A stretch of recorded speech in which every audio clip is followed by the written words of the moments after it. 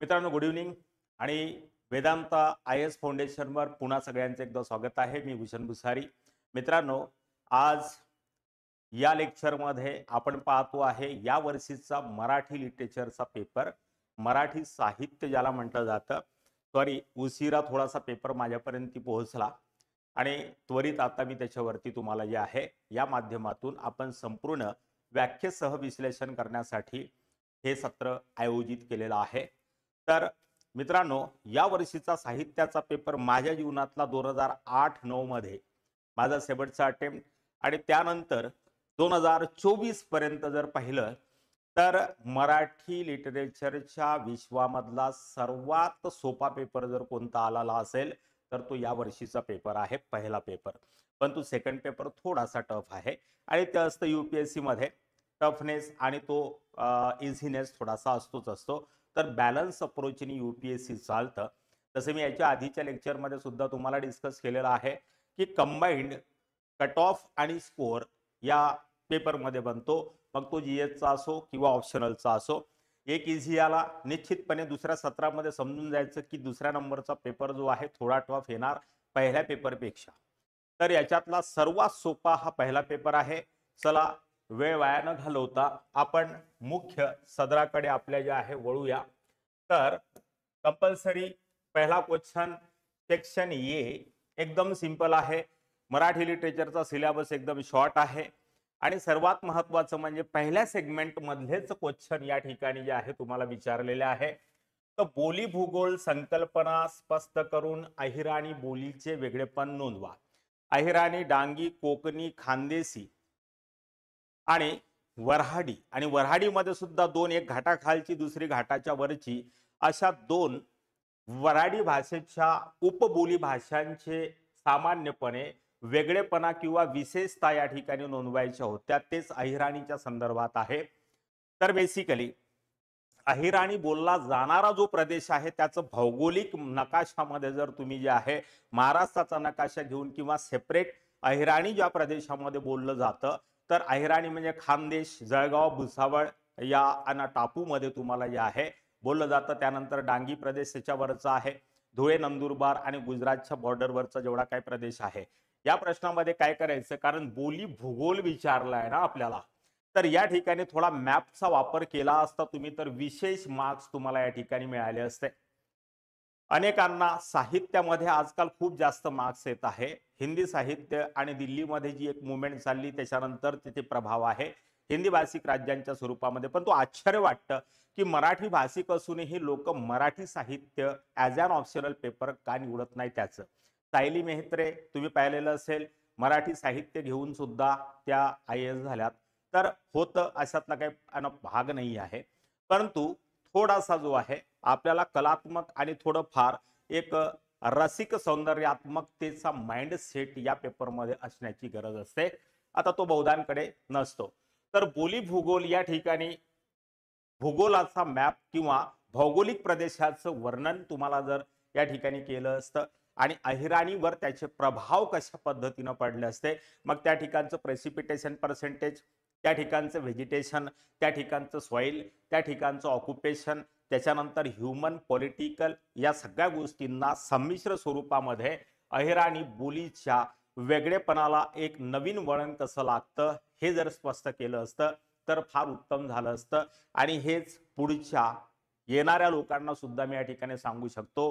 4-5 प्रकार आहे. कोंकणी, त्याच्यानंतर डांगी, त्याच्यानंतर अहिराणी आणि वऱ्हाडी, या चारही बोली भाषांचे 4 मॅप्स बनवून ठेवा आपल्या नोट्समध्ये आणि डायरेक्ट चिपकवायचे. विचारो अथवा न विचारो त्याला ब्लॉक्स करायचा, म्हणजे त्याच्यामध्ये तुमच्या उत्तराचा एक वेगळेपणा आणि एक विशेष की तुम्हाला नुसतं साहित्याचं नॉलेज नाही आहे तर भूगोल साहित्याला कसं प्रभावित करतं. मला इंटरव्ह्यूमध्ये प्रश्न विचारला, भूगोल आणि साहित्याचं तुम्ही जे आहे संमिश्र उपयोजन प्रशासनामध्ये कसं करणार. आता 3 विषय 3 वेगळ्या पद्धतीचे झालेले आहे, कारण प्रशासक हा सांस्कृतिक प्रदेशामध्येच प्रशासनाचं कार्य करत असतो आणि त्या ठिकाणच्या सांस्कृतिक प्रदेशाच्या भौगोलिक वातावरणाचा प्रभाव त्या ठिकाणच्या लोकांच्या आचरण आणि त्याच्या मानसिकतेवर होत असतो. त्याच्या अनुसार प्रशासनाची सांस्कृतिक पृष्ठभूमी संचालित करता येते. हा साहित्य आणि भूगोलाचा एकात्मिक स्वरूपाचा प्रभाव आणि प्रवास प्रशासकाला त्या ठिकाणी प्रशासन सांभाळताना मार्गदर्शक ठरत असतो, असं त्या प्रश्नाचं उत्तर होईल. तर मस्त प्रश्न होता, काय प्रॉब्लेम नव्हता, लिहिलं असतं चांगली गोष्ट झाली असती. भाषा व्यवस्था नंबर बी. भाषा व्यवस्था आणि भाषा व्यवहार या दोन भाषिक स्तराचे विवेचन करा. भाषाशास्त्राचा प्रकार आहे जगातलं सगळ्यात टफ जर कोणता विषय असेल तर भाषाशास्त्र आहे. आता पहिल्या सेक्शन मध्ये एबीसीडी जे टाईप तुम्हाला सिलेबस मध्ये दिलेला आहे त्यामध्ये भाषिक व्यवस्था, स्वनिम व्यवस्था एक आहे, वर्णनात्मक आधी होतं 2012च्या नंतर जे सिलेबस होतं, आता लँग्यू आणि पेरोल वाला पार्ट आहे. तर दोन भाषिक व्यवस्थेच्या अंतर्गत जे आहे लँग्यू आणि पेरोल आणि त्याचबरोबर भाषिक व्यवहार या दोन भाषिक स्तरांचं विवेचन करायचं आहे. 10 मार्कासाठी प्रश्न होता, एकदम बढिया प्रश्न होता. तो टॉपिक जरी केला असता तरी या प्रश्नाचं उत्तर तुम्हाला आलं असतं. त्यानंतर मराठीतील विभक्ती विचार स्पष्ट करायचं. विभक्ती विचार आहे द्वितीय आणि तृतीय. तर विभक्ती विचारांचे प्रकार या ठिकाणी करायचे होते. डायरेक्ट द्वितीय आणि तृतीय चतुर्थ विभक्तीमध्ये असलेल्या साम्य भेदांना या ठिकाणी स्पष्ट करायचं होतं. 150 शब्दामध्ये प्रश्नाचं उत्तर होतं. त्यानंतर मराठी लोककथांमधून आदिबंध आणि कल्पनाबंध. आता आदिबंध म्हणजे काय असतो तर साधारणतः लोककथांमध्ये आरंभीच्या ज्या कथा आहे त्याचा एक ढाचा किंवा स्ट्रक्चर ऑफ पर्टिक्युलर नोवेल किंवा त्याला आपण लोककथा म्हणतो त्याच्यावर मग सौंदर्य परक पृष्ठभूमीवर नवीन मुलामात चढवला येणाऱ्या पिढींनी त्याला म्हटलं जातं तुम्हाला जे आहे कल्पनाबंध. परंतु कल्पनाबंधासाठी आदिबंध असणं आवश्यक आहे. जसं मनुष्याचा ढाचा आहे, हे वरचं जर मांस वगैरे काढलं तर सगळेजण हड्डीचा पुतळा, एक स्केलेटन एकाच प्रकारचं आहे. स्केलेटन म्हणजे काय झालं आदिबंध. मग कोणाचं तोंड जे आहे लांबुडका आहे, कोणाचं नाक जे आहे बदाडा आहे, कोणाचं नाक शिरेदार आहे, हे काय झालं सौंदर्यबंध. मग ऐश्वर्या राय सारखी जर मूर्ती असेल तर ती सौंदर्याची मूर्तिमंत प्रतीक झाली. म्हणजे स्केलेटन प्लस कल्पनाबंध या दोघांचंही सौंदर्यपरक प्रतिरूपण ऐश्वर्या रायच्या पर्सनॅलिटी मधनं दिसतं. अशा पद्धतीचं साहित्यिक कृती इथे सुद्धा तीच आहे. तर मराठी लोककथांमधनं आदिबंध आणि कल्पनाबंध कसे आविष्कृत होतात हे उदाहरणासहित या ठिकाणी लिहायचं होतं. त्यानंतर question number first Noam Chomsky यांची भाषिक क्षमता कॉम्पिटन्स संकल्पना जी आहे competence what is mean by competence as an concept. तर सोस्यूरच्या भाषा विज्ञानामध्ये नॉम चॉम्स्की यांची सुद्धा जी आहे कॉम्पिटन्सची संकल्पना आहे. त्याच्यामध्ये जवळपास 8-10 कन्सेप्ट मेजरली या ठिकाणी आपण अध्ययन करतो भाषिक विज्ञानाच्या विकासाच्या प्रक्रियेमध्ये. भाषा बेसिकली एक विज्ञानाच्या स्तरावरती अभ्यासलं गेलं पाहिजे असं नॉम चॉम्स्कीचं मत होतं. आणि सोसूरच्या भाषा विज्ञानामध्ये सुद्धा तीच चर्चा त्या ठिकाणी मध्यवर्ती भूमिका घेऊन तुम्हाला जे आहे नांदत आहे किंवा असते. क्वेश्चन नंबर सेकंड मध्ये या पुढील प्रश्नांची आता या ठिकाणी जे नेहमीप्रमाणे आहे आपल्याला पुढील प्रश्नांची उत्तरे लिहा. प्रमाण भाषा आणि बोली भाषा यांच्यातील सहसंबंध काय आहे तो तुम्हाला विचारला गेलेला आहे. तर प्रमाण भाषा आणि बोली भाषा यांच्या सहसंबंधाची चर्चा करा. प्रमाण भाषेशिवाय बोली भाषेचं अस्तित्व निर्माण होऊ शकत नाही. सामान्यपणे प्रशासकीय किंवा एखाद्या अभिजात वर्गाच्या समारंभामध्ये जेव्हा जातो त्या ठिकाणी प्रमाण भाषेचा वापर करतो, घरात बोलत असताना बोली भाषेचा वापर करतो. बट कधी कधी प्रमाण भाषेतले रूढ झालेले शब्द हे बोली भाषेत येतात आणि बोली भाषेतले काही शब्द रूढ झालेले जे आहे ते प्रमाण भाषेमध्ये सुद्धा स्थित्यंतर करत असतात. तर हा सहसंबंध या ठिकाणी आहे. तर प्रमाण भाषा, बोली भाषा, साहित्याची भाषा किंवा ललित भाषा असे भाषेचे 3-4 मुख्य प्रकार या ठिकाणी आपल्याला अभ्यासायचे संपूर्ण सिलेबस मध्ये. त्यातला हा प्रश्न होता, आरामात तुम्ही करू शकला असता. क्वेश्चन नंबर सेकंड बी मराठीतील प्रयोग विचार सांगून कर्मणी प्रयोगाचे उपप्रकारासह सोदाहरण विवेचन करा. कर्मणी आणि कर्तरी 2 प्रयोग आहे. त्यापैकी कर्मणी प्रयोग विचारला आणि सोदाहरण किंवा उदाहरणासह विचारलेला आहे. तर आरामात हा प्रश्न होण्यासारखा आहे. त्यानंतर क्वेश्चन नंबर सेकंड मराठी लोकगीत परंपरा प्रकार आणि भेदांसह विषद करा. 3 टप्पे या प्रश्नाच्या उत्तराची पडतात. मराठी लोकगीतेची परंपरा, प्रकार आणि भेद. तर 50-50 शब्दामध्ये 150 शब्दामध्ये उरकायचं होतं. तर साधारणतः लोकगीतांची लोकसाहित्याचे 3 फॉर्म आहे. लोककथा, लोकनाट्य, लोकगीत. परंतु याचा मूळ लेखक कुठेही तुम्हाला दिसत नाही, तो अदृश्य किंवा अननोन स्वरूपाचा आहे, जिथं आपण लिहितो ना अज्ञात. तर ही परंपरा आजीबाईच्या कुशीतनं जेव्हा नातू गोष्टी ऐकतो लहान असताना, तिथून ही सगळी परंपरा सुरू होते. बरोबर आहे.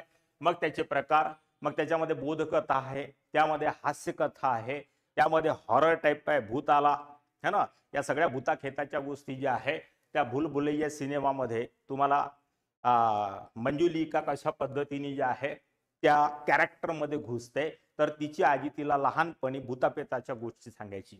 तर अशा पद्धतीची परंपरा जी आहे ती सातत्यानं सुरू आहे. समाज कोणताही असो, ऍक्च्युअली तो बंगाली समाज त्या सिनेमामध्ये दाखवलेला आहे, मराठीत पण आहे. चला असो, कळलं असेल. तर हे प्रकार लिहायचे होते, 5-10 प्रकार केले असते, विषय संपला असता. क्वेश्चन नंबर 3 मध्ये या पुढील प्रश्नांची उत्तरे लिहायचे. 20 मार्कासाठी या ठिकाणी विचारलेला आहे. तमाशावर, पोवाड्यावर अर्थात लावणी वाङ्मयावर दरवर्षी एक प्रश्न असतो. तिकडे सुद्धा सेकंड पेपर मध्ये विचारल्या, सुंदरा मनामध्ये भरली मनी नाही ठरली, तिथे पण रसास्वाद पूर्ण करायसाठी तुम्हाला तो प्रश्न विचारलेला आहे. तो लावणी वाङ्मयातला प्रश्न आहे. इथे लोकनाट्याचे स्वरूप सांगून तमाशा सादरीकरणाचे वेगळेपणा सांगा. तर लोकनाट्य ॲज अन लोकनाट्य म्हणून तमाशा, आणि तमाशामध्ये लावणी हा प्रकार वेगळ्या पद्धतीने आधुनिक स्वरूपामध्ये नावारूपाला आला. ऍक्च्युअली हा तमाशा असायचा. तर तमाशाचे फळ तत्कालीन कालखंडामध्ये गठीत केले जायचे. नंतरच्या कालावधीमध्ये तमाशासाठी लागणारा जो काही बाकी वर्ग आहे, जोकर आहे, त्याच्यामध्ये तुम्हाला जे आहे जो सिनेमा होता अतुल कुलकर्णीचा, येतं लक्षात. तर अशा पद्धतीचे फळ जे आहे तर साधारणतः हे नंतर विलुप्त पावलेत.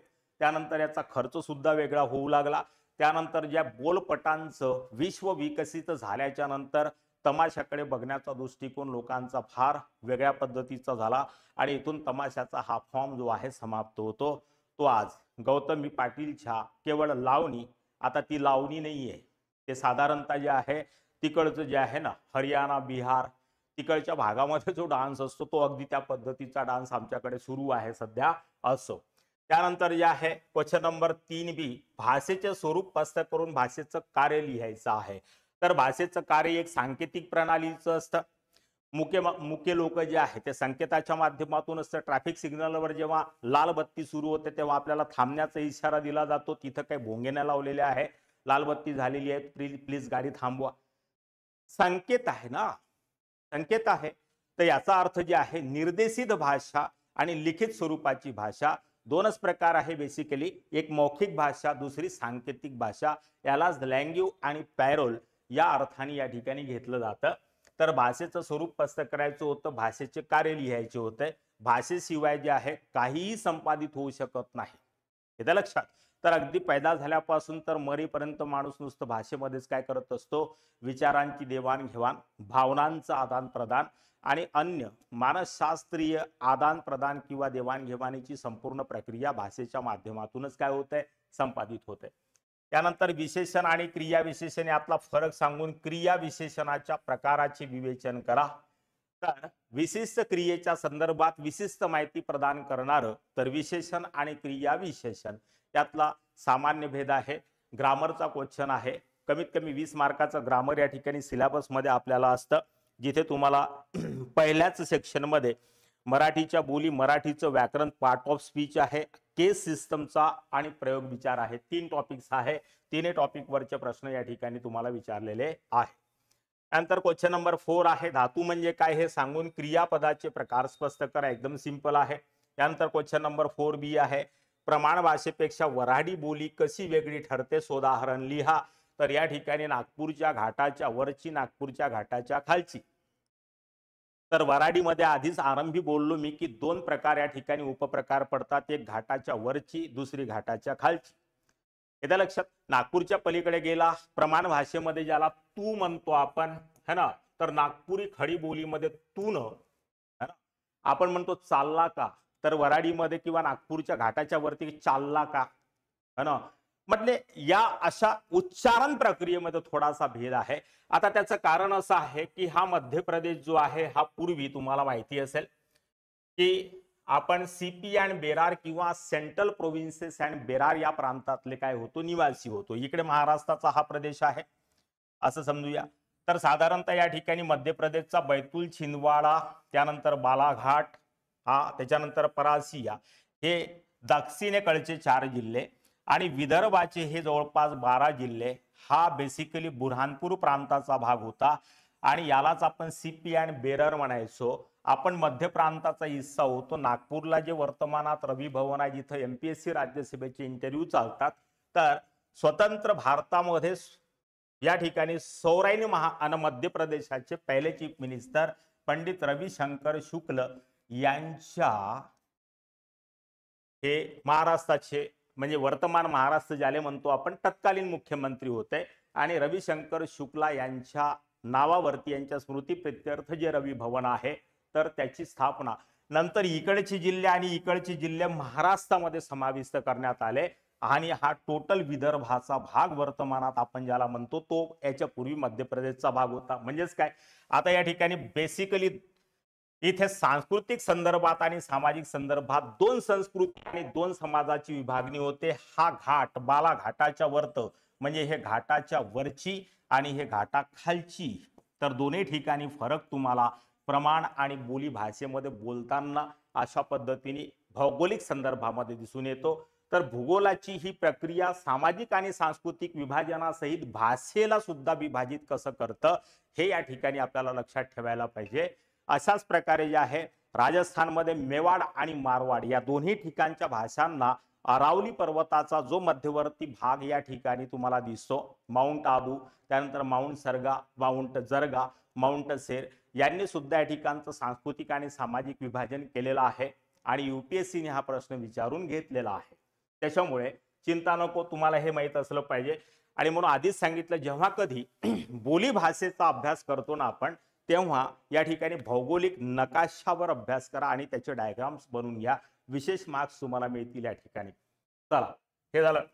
त्यानंतर साहित्याच्या भाषेची ठळक वैशिष्ट्य कोणती असतात त्याची चर्चा करायची होती. आता सांगितलं 3 भाषा. साहित्याची भाषा कशी असली पाहिजे तर याचं आरंभीच आपण विश्लेषण केलेलं आहे आणि याची विशेष लिहिली असते. आरामात तुम्हाला जे आहे उत्तर सापडलं असतं. त्यानंतर क्वेश्चन नंबर 5 जो कंपल्सरी असतो, तर इथे तुम्हाला जे आहे साहित्याच्या विकासाच्या प्रक्रियेमध्ये सेकंड सेक्शन मध्ये आपण येतो. खंड दुसरा आहे साहित्याचा इतिहास आणि साहित्याची आलोचना किंवा टीका. तर या ठिकाणी संत तुकारामाच्या अभंगातील अवतरण क्षमता अर्थात प्रेरणादायी सुविचार सुधारण लिहायचे आहे. तर अभंगांमधली प्रेरणादायी सुविचार येतं लक्षात. तर इथे तुकाराम महाराजांचं जे जीवन आहे, संत कवींचं एकूणच आरंभीचं जे जीवन आहे आणि त्यातून अनुभव कथनाची जी प्रक्रिया आहे तर ती प्रेरणादायी कशा पद्धतीने होते, तर हे तुकारामाच्या गाथेमध्ये तुम्हाला दिसून येईल. दुसरा प्रश्न होता पंडित कवींचे वाङ्मयीन विशेष. तर संत कवी, त्याच्यानंतर पंत कवी आणि त्यानंतर तंत कवी म्हणजे बखर वाङ्मयाचे स्वरूप. बखर आणि इथे तंत कवी, तंत साहित्य याला या ठिकाणी म्हटलं जातं. तर बखर वाङ्मयाचे स्वरूप आणि वैशिष्ट्य लिहायचे होते. सिंपल आहे, 10 मार्कासाठी प्रश्न होते. साहित्यातील वास्तववादाचे विशेष आणि मर्यादा स्पष्ट करा. तर साहित्यातला रॅशनलिझम किंवा रिअलिस्टिक अप्रोच काय आहे, कारण सौंदर्यवादाच्या विरोधात वास्तववादाची निर्मिती झाली. साधारणतः साहित्य विश्वामध्ये 3च प्रकारची इझम्स मानले जातात. एक म्हणजे आधुनिकतावाद, दुसरं म्हणजे सौंदर्यवाद, तिसरं म्हणजे वास्तववाद. बरोबर.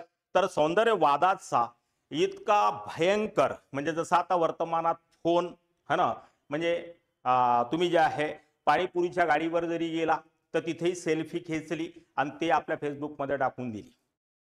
कुठे एखाद्या चिखलदऱ्याला गेला, डोंगर दऱ्यांवरती फिरायला गेला, तिथून फोटो काढलेत, आपल्या प्रोफाईलवरती अपलोड केले.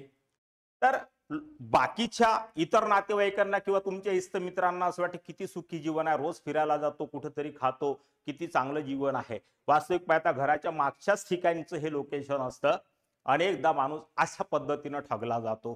तर दुसऱ्याचं जीवन आपल्याला फार उत्तम वाटतं. अशाच पद्धतीनं काही लोकांची मान्यता अशी होती की सौंदर्य कथांमध्ये किंवा एकूणच साहित्यामध्ये सौंदर्याच्या या बोधचिन्हांचा किंवा सौंदर्याच्या या मूल्यांचा असा अतिरेकी वापर केला जात आहे की ज्यातून जे साहित्य समाजाच्या आणि संस्कृतीसाठी प्रेरणादायी किंवा मोटिवेशनल होऊ शकतं, सौंदर्यवादाने त्याच्यावरती अशी पांघरून घातलेली आहे की साहित्याचा मुख्य मोटो किंवा उद्देशच त्या ठिकाणी विलुप्त होतो आणि म्हणून साहित्यातून वास्तव मग ते कितीकही दाहक असलं तरी चालेल.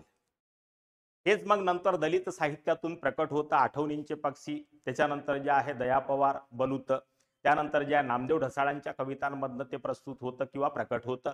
तर हे जीवनात संघर्षामुळे लागलेले चटके आणि त्या चटक्यांचं अनुभव कथन आणि या संघर्षातून उत्पन्न होणारी व्यक्तीची व्यक्तिमत्वाची अनेक कंगोरे जे आहे ते अशा पद्धतीने वास्तववादातून प्रकट होतात. असं वास्तववादाच्या समर्थकांचं मत या ठिकाणी होतं आणि याच्या विरोधात विशेष आणि मर्यादा तुम्हाला इथे स्पष्ट करायच्या होत्या.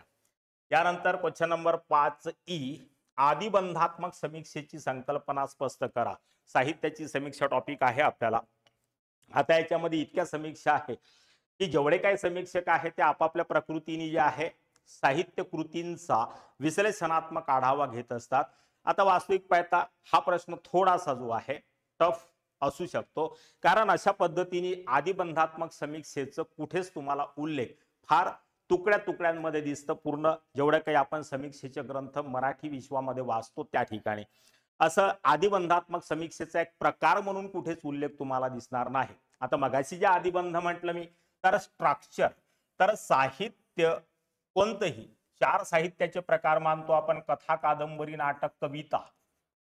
तर या 4ही प्रकारामध्ये जो पर्टिक्युलर ठरलेला स्ट्रक्चर आहे आदिबंध म्हणजे वर्तमानातल्या कवींच्या आधी भूतकाळामध्ये ज्या कवींनी या 4 फॉर्म्स मध्ये काय केलेलं आहे, काम केलेलं आहे, तर त्यांनी कोणत्या पद्धतीचा स्ट्रक्चर या ठिकाणी आउटलाईन कोणत्या पद्धतीची आत्मसात केलेली होती आणि वर्तमानातला कथाकार, कादंबरीकार, नाटककार आणि कवी त्या साचेबंध प्रवृत्तीला अनुसरून आपल्या कवितेचं लिखाण करतो आहे की नाही, हे झालं समीक्षा. आणि या समीक्षकांचं मत आहे की साहित्याच्या स्ट्रक्चरल फॉर्म मध्ये त्याला विस्तारित करण्याचा अधिक प्रयोग करू नये, वरना किंवा अन्यथा साहित्याची प्रक्रिया कॉम्प्लेक्सिटीकडे जाईल किंवा जटिल होऊन जाईल. तर ही समीक्षेची मर्यादा आणि त्याचबरोबर जे आहे संकल्पना स्पष्ट करायची होती. क्वेश्चन नंबर 6, पुढील प्रश्नांची उत्तरे लिहा. याच्यामध्ये महानुभाव साहित्याने मराठी भाषा व साहित्याला दिलेल्या योगदानाची चर्चा करा. साधारणतः 1818च्या नंतर सामान्यपणे संस्कृतच्या जोखडातून मुक्त करण्याचं कार्य महानुभावांनीच प्रथमदर्शनी केलेलं होतं. 7 ग्रंथ, पूजावसर, त्यानंतर महदंबेचे धवडे, स्मृतिस्थळ, है ना, हे गद्य आणि पद्य. तर लीळाचरित्र हा पहिला गद्य ग्रंथ मानला जातो मराठी साहित्याच्या विश्वामध्ये आणि महदंबेच्या धवडेला सर्वात आधीची कविता म्हटलं जातं.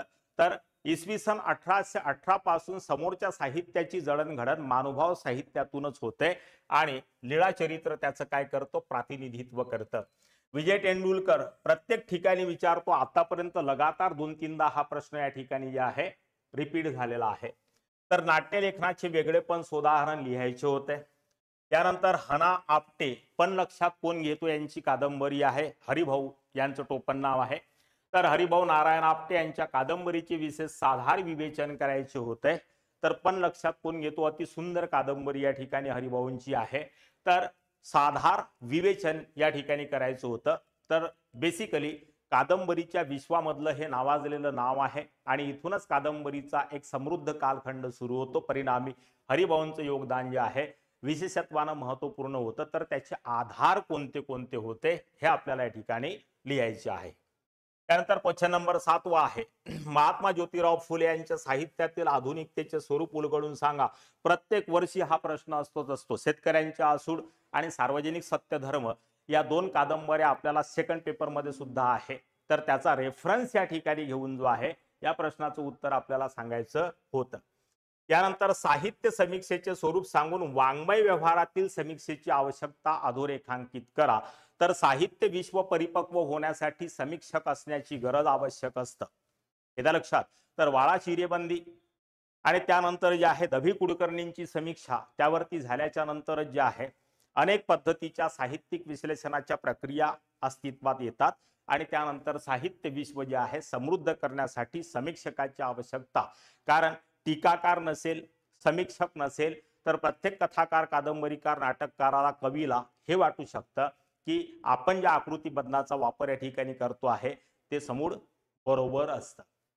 परंतु त्याचे डार्क किंवा हिडन कंटेंट जे आहे ते शोधण्याचं काम समीक्षक करतो. म्हणजे लेखकाच्या, कवीच्या, कादंबरीकाराच्या मनाची घालमेल किंवा मानसशास्त्रीय विवेचन, मानसशास्त्रीय दृष्टिकोनातून करत असताना समीक्षक संबंधित लेखकाच्या त्या मनातल्या अंतरंगापर्यंत घुसण्याचा प्रयत्न करतो जिथून साहित्याची उत्पत्ती जी आहे ती होते. चला, शाहिरी कवितेचे प्रकार सांगून पोवाड्याचे वेगळेपण सांगा. साहित्य शाहिरी कवी जी आहे, कविता जी आहे ती दोन प्रकाराची, एक लावणी, दुसरा पोवाडा. तिसरा प्रकारच नाही याच्यामध्ये. हे दोन प्रकार सांगून मोकळं व्हायचं होतं तुम्हाला आणि सांगून पोवाड्याचे वेगळेपण सोदाहरण स्पष्ट करायचे होते. तर लावणी हे सौंदर्य भावना किंवा सौंदर्य रस यामध्ये प्रमुख रस असतो. तर पोवाड्यामध्ये वीर रस जो आहे त्याचं गायन केलं जातं, वीर रस. येतं लक्षात. आता हे झालं बेसिक वेगळेपणा आणि बाकीचे अन्य विशेष या ठिकाणी तुम्हाला टाकून द्यायचे होते. सिंपल प्रश्न होता आणि दरवर्षी याच्यावरती प्रश्न विचारतो, फिक्स आहे बिलकुल. यानंतर क्वेश्चन नंबर 8 आहे, साठोत्तरी साहित्य प्रवाहाच्या निर्मितीच्या कारणांची चर्चा करा. तर 1960च्या नंतर कोणतं साहित्य साहित्याच्या विश्वामध्ये साठोत्तरी साहित्य प्रवाह कोणते निर्माण झाले. तर सर्वात आधी या ठिकाणी आपल्याला माहिती असलं पाहिजे की 1960चा कालखंड कसा होता. तर 1960 या कालखंडामध्ये जे आहे सर्वात आधी मार्क्स विचारसरणीचा प्रभाव केवळ समाजावरच झालेला नाही तर तो साहित्यावर सुद्धा झालेला दिसून येतो. आणि म्हणून 1960च्या कालखंडामध्ये नारायण सुर्वे सारखा धगधगता सूर्य कवितेच्या विश्वामध्ये जन्माला येतो. ना दूर ना घर होते, ना गणगोत, चालेल तेवढी पायाखालची जमीन होती. माझे विद्यापीठ हा काव्यसंग्रह सुद्धा आपल्याला साठोत्तरी कवितेच्या संदर्भात सेकंड पेपर मध्ये अभ्यासासाठी दिलेला आहे. तर पहिल्याच भेटीत मार्क्स मला असा भेटला. कार्ल मार्क्स नावाची कविता या तुम्हाला कविता संग्रहामध्ये आहे. तर सर्वात जागतिक प्रभावाचा किंवा साहित्यावर जागतिक प्रभाव किंवा जागतिक घटनेने कोणता प्रभाव टाकला तर कार्ल मार्क्स अस्तित्वात येणे. आता कार्ल मार्क्स कशाचा जनक होता? समाजवादाचा. आता 1960च्या दशकामध्ये जेवढेही कवी आणि कविता निर्माण झाल्या त्या समाजवादानी आणि मार्क्स विचारसरणीने काय होत्या? प्रेरित होत्या. कारण आमच्याही देशामध्ये या कालखंडामध्ये आयटक इंटक नावाच्या संस्था काय झाल्या होत्या? सुरू झाल्या होत्या. तर all India trade union Congress, त्यानंतर जे आहे इंटक, येतं लक्षात. आणि मराठी किंवा महाराष्ट्रामध्ये सुद्धा चाळीतलं जे जीवन होतं त्या ठिकाणी ज्या संघर्ष सुरू झाले. 1960 मध्ये महाराष्ट्र जो आहे तो राज्य म्हणून या ठिकाणी अस्तित्वात येतो. प्रोसेस मी सांगितली. एमपीचे दक्षिणेकडचे जिल्हे, महाराष्ट्राचे खास करून पूर्व महाराष्ट्राचे काही जिल्हे मिळून महाराष्ट्र अस्तित्वात आला. महाराष्ट्राची निर्मिती आणि 1960 मे है ना, तर महाराष्ट्राची निर्मिती हे सुद्धा कारण झालं. सामान्यतः महाराष्ट्राच्या या पुनर्रचनेमुळे काही लोक खुश होते, काही संस्कृती खुश होती, काही नाखुश होते. त्याचा सुद्धा प्रभाव जो आहे त्यातूनच वर्तमानात वेगळ्या विदर्भाची जी मागणी आहे त्याचं अस्तित्व किंवा त्याचं बीजारोपण जे आहे झालेलं दिसतं. यानंतर जे आहे 1960-1951 मध्ये भारत गणराज्य होतो. पहिल्या निवडणुका होतात. तर डॉमिनंट सोसायटी सहित किंवा अभिजात वर्गासहित स्त्रिया सुद्धा आपले अधिकार मागू लागल्या. स्त्रियांना ते अधिकार मिळाले. आमचा देश फार गौरवशाली आहे कारण अमेरिकेमध्ये 70 वर्ष लागले स्त्रियांना मतदानाचा अधिकार देण्यासाठी. आमच्या देशामध्ये पहिल्याच इलेक्शन पासून ते मिळालं. पण तरी सुद्धा या ठिकाणी गणराज्य किंवा राजकीय प्रक्रियेमध्ये समानता किंवा समान हक्काची आपण जे आहे प्रतिस्थापना जरी केली तरी सामाजिक आणि सांस्कृतिक दृष्टिकोनातून स्त्रियांचं जे भविष्य किंवा स्त्रियांचं जे तत्कालीन वर्तमान होतं त्यामध्ये फार जास्त फरक दिसत नव्हता. तर अनेक बालविवाहाच्या प्रथा, त्यानंतर जे आहे तुम्हाला केशवपणाच्या प्रथा अशा होत्या समाजामध्ये. आणि वेळोवेळी अशा घटना जेव्हा समाजामध्ये प्रकट होऊ लागल्या तेव्हा अलग अलग कायद्यानुसार, अलीकडे तर आता बापाच्या संपत्तीमध्ये लग्न झालेल्या मुलीचा सुद्धा अधिकार सुप्रीम कोर्टाने मान्य केलेला आहे. याचा अर्थ काय झाला? स्त्रीवादी किंवा स्त्री हक्काच्या चळवळी सुरू झाल्या. स्त्री हक्क, त्यानंतर नवीन कायद्यांची निर्मिती झाल्याने विकेंड सेक्शन्स वरती मॅक्झिमम जे फोकस करण्यात आलं होतं त्यातून दलित साहित्याची उत्पत्ती होते. त्यानंतर जनवादी किंवा पब्लिक इंटरेस्ट लिटिगेशन किंवा सामूहिक स्वरूपामध्ये एकाच नव्हे तर संपूर्ण समाजाच्या हजारो लाखो लोकांच्या हितासाठी केली जाणारी गोष्ट याला आपण जनवादी साहित्य म्हणतो. हाही एक फॉर्म जो आहे त्यानंतर प्रकट होतो. त्यानंतर आदिवासींचं साहित्य निर्माण झालं. तर आदिवासी समाजाच्या अंतर्गत SC/ST कॅटेगरी, 70च्या डिकेडमध्ये आरक्षण, मंडल आयोग या सगळ्या चळवळींचा प्रभाव जो आहे. तर ग्लोबलाइज करायचं आपलं उत्तर कार्ल मार्क्स पासून न्यायचं आणि महाराष्ट्राच्या लोकल लेवल पर्यंत घेऊन यायचं. तर वारली, त्याच्यानंतर कोरकू यांच्या समाजातल्या चळवळी, 2-4 एक्झाम्पल या ठिकाणी आपल्याला जे आहे शोधून ठेवायचे होते. येतं लक्षात? तर अशा पद्धतीने जे आहे या प्रश्नाचं उत्तर आपण चांगल्या पद्धतीने लिहू शकलो असतो. त्यानंतर क्वेश्चन नंबर 8B, अर्वाचीन मराठी काव्याच्या इतिहासात रवी किरण मंडळाची कामगिरी. प्रत्येक 3ऱ्या वर्षी हा प्रश्न विचारलेलाच आहे. अर्वाचीन कविता मोडकळीस आल्याच्या नंतर त्याचं पुनरुत्थान करण्यासाठी काही 4-5 कवींनी मिळून, त्याचं नाव रवी किरण मंडळ होतं, त्याची स्थापना या ठिकाणी जी आहे केल्या गेली. आणि रवी किरण मंडळासोबत सूर्य किरण मंडळाची सुद्धा जी आहे स्थापना. तर रवी किरण मंडळामध्ये काही फार नामवंत कवींची या ठिकाणी जी आहे तर आधुनिक कवीची किंवा कवितेची रचनाबंध किंवा आवृत्ती प्रकट करत असताना अर्वाचीन कवितेचा साचाबंध कायम राहिला पाहिजे असं या मागचं जे आहे तुम्हाला कारण होतं आणि त्यातून ही गोष्ट नावारूपाला येते. तर मस्त प्रश्न होता, आरामात तुम्ही लिहू शकला असता. त्यानंतर क्वेश्चन नंबर 8C मध्ये जर गेला तर लघुकथेचे विशेष सांगून दिवाकर कृष्ण यांच्या लघुकथेतील योगदानाचे विवेचन करा. तर साधारणतः तुम्हाला माहिती असेल दिवाकर कृष्ण तर कथा आकाराने पहिल्यांदा जी आहे हे लक्षात घ्या की दिवाकर कृष्ण यांच्या ज्या आहे 1919 साली अंगणातला पोपट नावाचा लघुकथा संग्रह जो आहे तो या ठिकाणी जे आहे प्रकट होतो. अंगणातला पोपट 1921. त्यानंतर दिवाकर कृष्ण यांचं सर्वात महत्वाचं वैशिष्ट्य म्हणजे जे आहे लघुकथेतील योगदान, यांची लघुकथा जी आहे ती आकाराने अत्यंत छोटी असायची. म्हणजे वाचणाऱ्याला जसं आजकाल आपण स्क्रोल करतो ना फोनवर, 1 मिनिट 2 मिनिटाचा व्हिडिओ असेल तर आपण पाहू, 30 सेकंदाचा असेल तर आपण पाहू, 1 तासाचा व्हिडिओ असेल तर थोडासा पाहू सोडून देऊ. जसं आमची व्हिडिओ जे आहे 5 मिनिटाच्या वर तर कोणी पाहत नाही. समजलं आहे का नाही? तर फार लॉंग, कारण का पहिले जे आहे टेस्ट मॅच खेळायचो 5 दिवस, नंतर 50 ओव्हरची मॅच आली, नंतर आता 20-20, पुढे माहित नाही अजून 10 ओव्हरची होईल की नाही. लोकांना समजतच नाही कुठं जायचंय, इतक्या फास्ट कुठं चाललेलो आपण हे समजायलाच मार्ग नाही आहे. म्हणून यांनी हा नवीन प्रयोग केला. कारण आतापर्यंत हे मोठमोठी कादंबरी 15-15, 20-20 दिवस, महिना लागायची कादंबरी वाचायला. दिवाकर कृष्णांनी 1921 मध्ये तो प्रयोग केला. या ठिकाणी यांची कथा आकाराने छोटी असायची. त्यानंतर यांच्या कथेवर पूर्व कथाकारांचे संस्कार नाही आहे. याचा अर्थ ही लघुकथेच्या आकृतीबंधाच्या बाहेर जाणारी लघुकथा आहे असं आपल्याला म्हणता येऊ शकतं. त्यामुळे पूर्व कथाकारांचे संस्कार त्यांच्या लघुकथेवर नाहीत. अशा पद्धतीचं योगदान या ठिकाणी आपल्याला जे आहे 8-10 मुद्दे जरी या ठिकाणी आपण चर्चित केले असते. त्यानंतर सौंदर्याची दाहकता या ठिकाणी, जसं मी आता बोललो की वास्तववाद हा सौंदर्याच्या किंवा सौंदर्य मूल्याला या ठिकाणी विरोध करतो आणि त्यापैकीच एक अशी मानसिकता असलेला हा लघुकथाकार होता की जो सौंदर्याच्या दाहक स्पष्टीकरणामध्ये विश्वास ठेवायचा. त्यानंतर एकाकी मनाचे कढ या ठिकाणी होते त्यांचे. त्यानंतर फापट पसाऱ्याऐवजी व्यक्तीच्या आंतरिक व्यापारावर भर दिला गेला होता दिवाकर कृष्णांच्या लघुकथेमध्ये. त्यानंतर हा जो अंगातला पोपट आहे तो मनोरंजन मासिकातून पहिल्यांदा प्रकट झाल्याच्या नंतर साहित्य विश्वाला एक नवीन लघुकथाकार मिळाल्याचा आनंद या ठिकाणी अभिव्यक्त केला जातो. असे 8-10 जर मुद्दे आपण या ठिकाणी घेतले असते तर साधारणतः या ठिकाणी जे आहे या प्रश्नाचं उत्तर आरामात लिहिता आलं असतं आपल्याला.